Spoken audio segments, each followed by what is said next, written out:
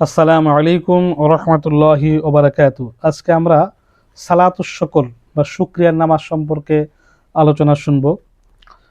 সফলতা ব্যর্থতা সবকিছু আল্লাহ তাআলার পক্ষ থেকে হয়ে থাকে। সুতরাং যদি কোনো ব্যক্তি আল্লাহর পক্ষ থেকে বিশেষ কোনো নিয়ামত বা সুসংবাদ প্রাপ্ত হয়, যেমন যুদ্ধে বিজয় লাভ করা, পরীক্ষায় ভালো রেজাল্ট করা, নেককার মেয়েকে বিবাহ করা, নেককার ছেলে হওয়া, হালাল ব্যবসায় লাভবান হওয়া, ভালো একটি চাকরি পাওয়া ইত্যাদি, তাহলে উত্তম রূপে উজু করে 2 রাকাত নামাজ আদায় করা সুন্নত।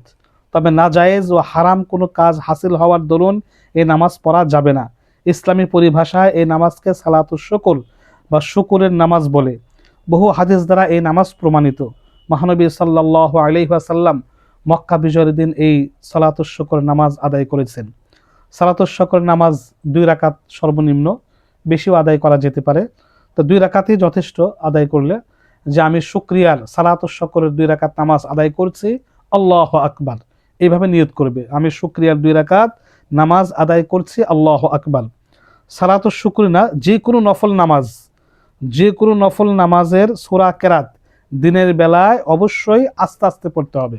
আর রাতের বেলায় যদি যে কোনো নামাজ আদায় করে নফল নামাজ, তাহলে জোরেও পড়তে পারবে, আস্তেও পড়তে পারবে। মাকরু ওয়াক্তে সালাতুশ শুকর পড়া যাবে না। সূর্য উদয় অস্ত সহ যে কোনো মাকরু ওয়াক্তে নামাজ পড়া নিষেধ, চাই তা ফরজ হোক কিংবা সুন্নত নফল নামাজ।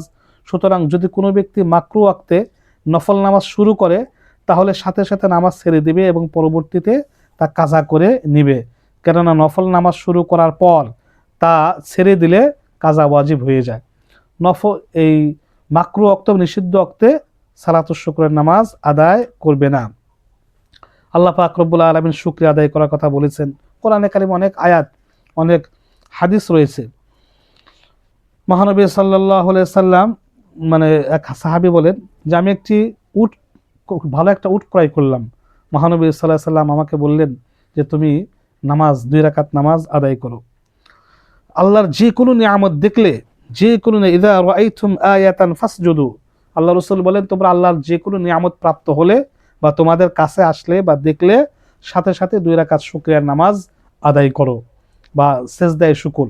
তাই সালাতুশ শুকর, শুকরিয়ার নামাজ, আপনি যে কোনো নিয়ামত প্রাপ্তির পরে বা ভালো কোনো কিছু পেলে সাথে সাথে 2 রাকাত নামাজ আদায় করতে পারেন।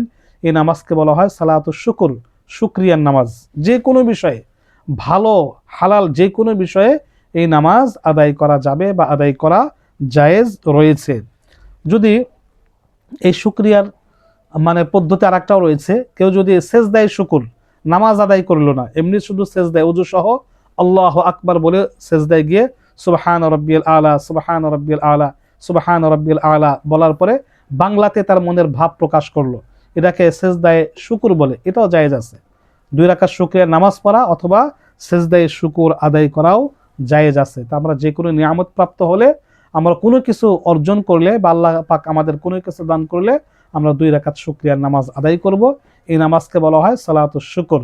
আল্লাহ পাক রব্বুল আলামিন আমাদের এই নামাজ, নিয়ামত প্রাপ্তির পরে এই নামাজ আদায় করার তৌফিক দান করেন, আমিন।